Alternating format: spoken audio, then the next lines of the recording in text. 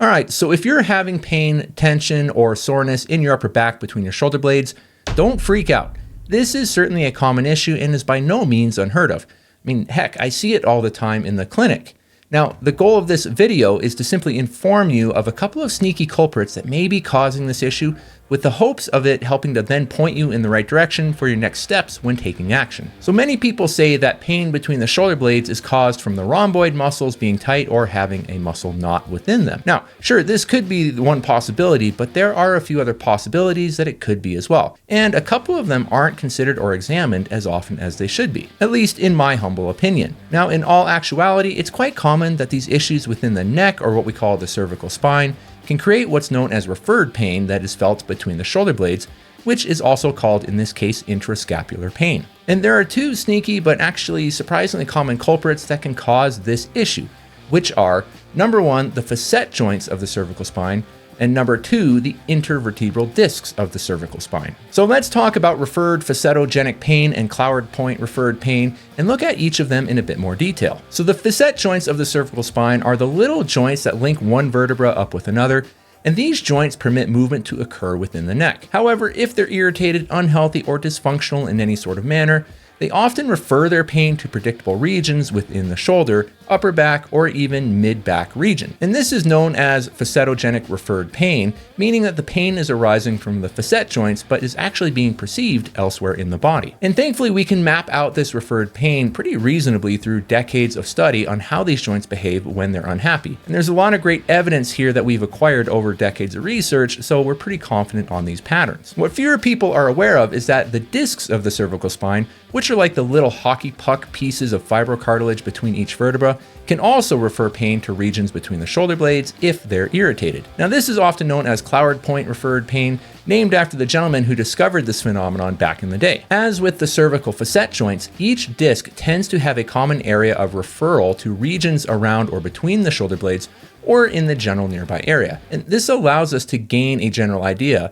of which disc or discs may be the culprit for this phenomenon of pain being felt within the shoulder blades. And keep in mind that these maps simply refer to generalized regions or areas, but they're not necessarily these pinpoint specific spots, so to speak. Also, to be clear, cervical disc issues can also cause other types of pain and discomfort, which I'm not covering in this particular video. But do be aware that poor disc health can cause other issues such as radicular pain. So it's entirely possible to have disc issues without experiencing Cloward point referred pain. And so these are all just little things we need to keep in mind. And then we come back to the muscles themselves as the culprits. Now, of course, it is possible that the rhomboids themselves are grumpy or irritated, but there's a few other muscles in the same area that could also be causing or contributing to the pain or discomfort one perceives in this region. More specifically, it may be the middle trapezius fibers, which sit directly on top of the rhomboids. And from my clinical experiences, I will say that this tends to be a common culprit, but it could even be the multifidus muscle that sits beneath the rhomboids or other kind of muscle tissue in the area. And so again, different muscles can kind of cause these intrascapular sensations, and so we just need to be sure we know what we're blaming as the culprit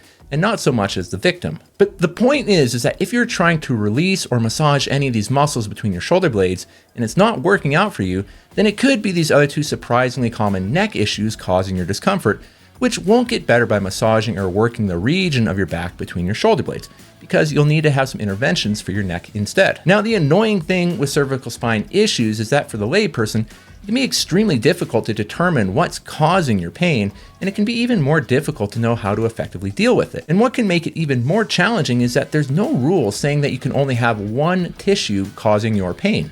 You can actually have multiple issues contributing to your pain. It could be facets, it could be discs and muscles, or any combination of other issues, ones I've mentioned in this video, but even other ones. So again, because there's no rule saying only one thing can cause your pain, you need to keep this in mind when you're trying to figure out what the heck is going on. Now, as such, try to find a qualified healthcare professional whom you can have evaluate your neck and your upper back to ensure you know what's going on. Now, there are plenty of ways that we as practitioners can test these sorts of things out within the clinic to determine the underlying cause or causes of the issue. Now, even better, there are a lot of good clinical and home interventions that can be implemented to help things get under control. But you need to know first what the heck is causing your pain. Now, depending on the extent of the issue taking place, thankfully, these things often have good outcomes with proper treatment.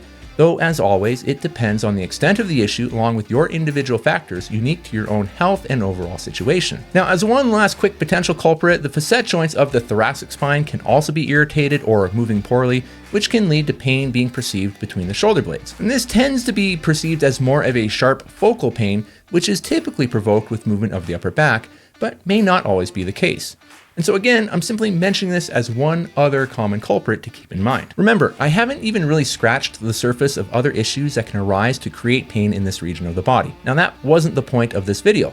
The point has been to simply raise your awareness to two other common orthopedic issues that often aren't considered when the discussion of rhomboid pain arises. And unfortunately, I can't tell you what to specifically do for your pain other than get a diagnosis through a qualified and licensed professional, because there could be multiple factors causing your issue, and the required actions to take for alleviating or eliminating your pain will depend on your specific condition and overall situation. But there you have it, a couple of common culprits that can cause pain in the region of your rhomboid muscles without the rhomboids being the culprit. So just some quick information to help arm you with some knowledge in the war on pain. Now, that being said, if it is more of a sticky couple of joints in your upper back or your rhomboids are tense or sore, I do have a great video that can walk you through on some home exercise strategies that you can try as a means to get your pain under control. And you can check that out right up here somewhere. And so with that being said, you know how it goes. Keep looking after yourselves, keep looking after one another, keep making great things happen, and I'll see you in the next video.